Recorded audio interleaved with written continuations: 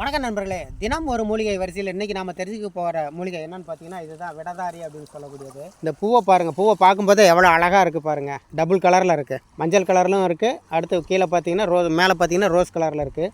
இந்த மூலிகை இந்த பூ தான் அடையாளம். இதுக்கு ஒரு பழமொழியே இருக்குது. அதாவது எல்லை விட சிறிய இலை என்ன இலை அப்படின்னு சொல்லுவாங்க. இது ஒரு பழமொழி. இந்த பழமொழிக்கு விடை தெரியாமல் தவிச்சவங்க, ஏமாந்து போனவங்க நிறைய பேர் இருக்காங்க. அப்படிப்பட்ட மூலிகை தான் இந்த விடதாரி இலை. ரொம்ப ரொம்ப சின்ன இலை இது, இந்த விடதாரி இலை.